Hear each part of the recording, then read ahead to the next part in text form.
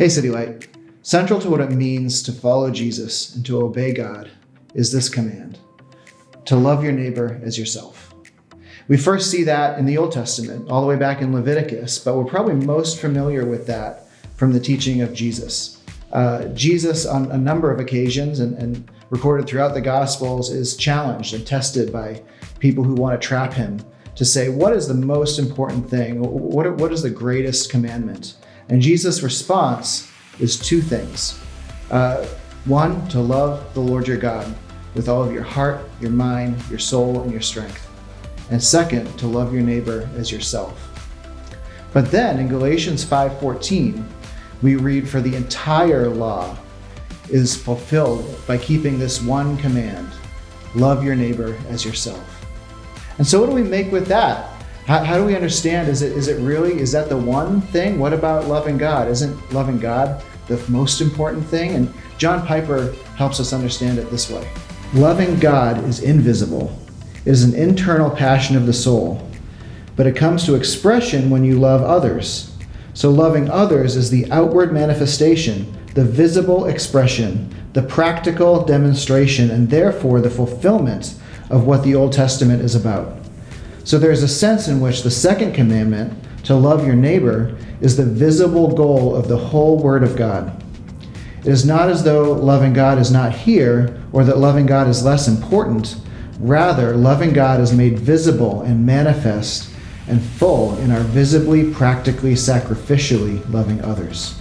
Tonight at City Groups, we're going to reflect on what it looks like practically to love our neighbors as ourselves. But before we do that, I want to share with you a specific resource in the life of our church that we hope will be a help to you as you seek to love your neighbors well. Several years ago, our church created something called the Mercy and Justice Team, which has since evolved into our compassion ministries, and specifically our direct care ministry within our compassion ministries. Our direct care ministry is led by Laura Rank, whom we contract with as a church. She's a covenant member of our church and also a trained social worker, and has great insights and great instincts and training to help us practically care for those around us, meeting their needs and considering them holistically. And so I'm going to let Laura share a little bit more about the ministry that she does, and then we'll hear a couple examples from people in our church.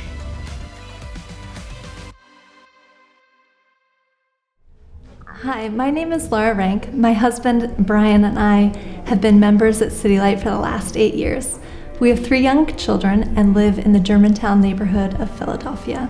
It is my joy and honor to serve as a church social worker at City Light Church. When someone reaches out to City Light for support, I provide an intake assessment for them, and either myself or a trained volunteer at City Light walks alongside of them to provide support.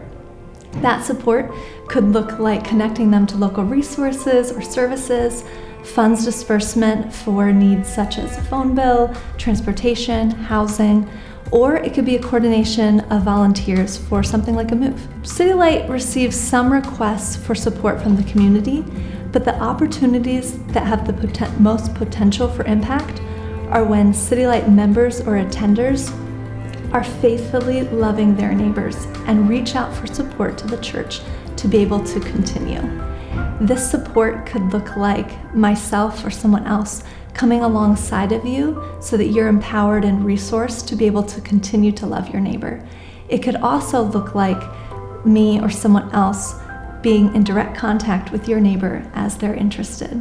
If I can walk alongside of you in loving your neighbor, please reach out to care@citylightphilly.com. That email is also in the weekly email that your city group leader sent out this week. Now I'm excited for you to hear from some City Light members who have faithfully walked in life with their neighbors. So we're Tim and Laura Elling. We live in Ambler. We have 3 kids, and we've been going to City Light since 2013.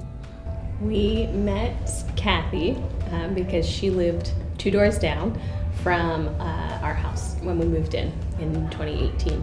And she was the type of neighbor who would always be out on her porch smoking cigarettes. She had a lot of plants and chairs out on her porch. She would just always be there. So we met her right away when we moved into our new house. And she right away was a bit of a challenge. There were other neighbors who would often avoid talking to her. She wanted to complain or kind of gossip, and I was tempted to also not talk to her, but my children would talk to her, and then I had to talk to her. And then I was convicted that I felt that I shouldn't talk to her, and that felt like, well, Lord, I guess I should talk to her. So she kind of knew that she was going to be evicted eventually. She ended up getting evicted in the fall of 2020.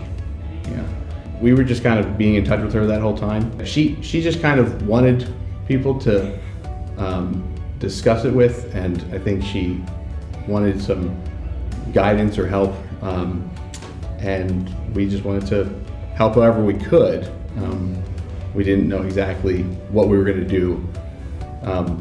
We did kind of quickly learn that, like, it's not just, we couldn't just help her find the right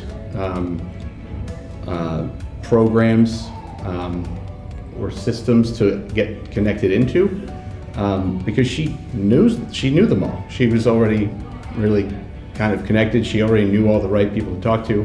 It just seemed like there's no question that she needs help, and we're not going to be able to provide everything for her, but at the very least we can be there along the way. Tim had a lot more patience with her than I did. I would dread whenever she knocked on the door, actively, like, oh no, it's Kathy. But what are we going to do? But over time, sometimes that was different. Sometimes I would dread it. Yes. Again, it's all because of I might be busy, and I had to do something else, but we didn't want to push her away, and we didn't want to ignore her. Right. If somebody's knocking on the door, you could choose not to answer. And so, but we knew that it's always a little bit of a challenge to just have a quick touch base with her and then move on. You could often leave a conversation with her feeling like she was disappointed in the help that she was being provided with. The good works that we do, it's not because of like the immediate appreciation that we will get from that person or from other people, but do everything as unto the Lord.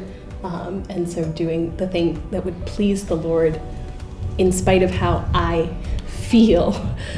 It's a reminder that it is in God's hands, because you can't give her everything she needs. All you can do is be in touch with her and be praying for her.